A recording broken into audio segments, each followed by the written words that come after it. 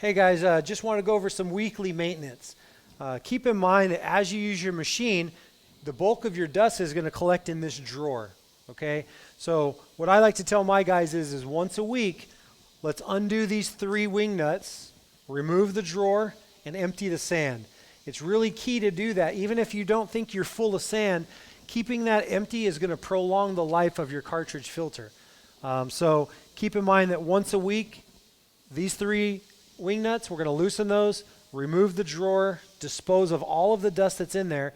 It is not good. We can't reuse it. It needs to go straight to the trash bin, and then put the nuts back on, make sure they're nice and snug. Hand tight is all we need, and then your machine's good to go.